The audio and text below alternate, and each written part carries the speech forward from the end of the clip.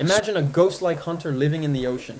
An animal that is one of the most frightening creatures out there, with both its strength and intelligence. The orca is going to be the subject of our video. Before we get into the video, don't forget to subscribe and hit the like button.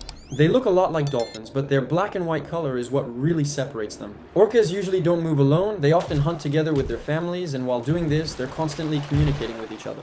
They sometimes play around with their prey before eating it, which honestly makes them even more interesting to watch. But one of the most interesting things is that orcas can use different hunting methods depending on where they live and what kind of prey they're hunting. So basically, different groups of the same species can develop completely different tactics. And there's one thing that a lot of people don't know. Even though they're called killer whales, they're actually not whales. That's why they look so much like dolphins. You probably noticed it already. Orcas are actually the largest members of the dolphin family.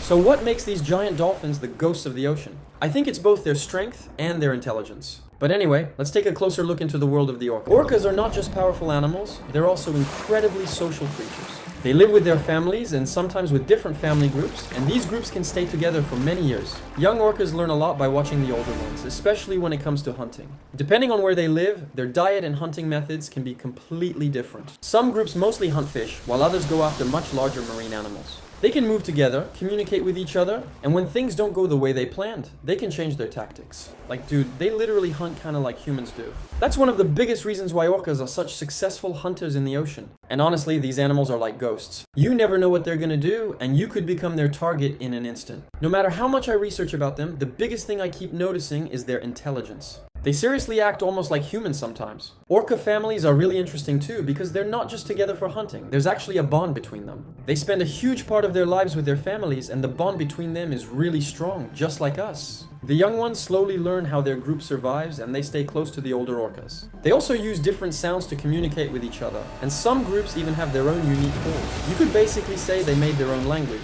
like seriously.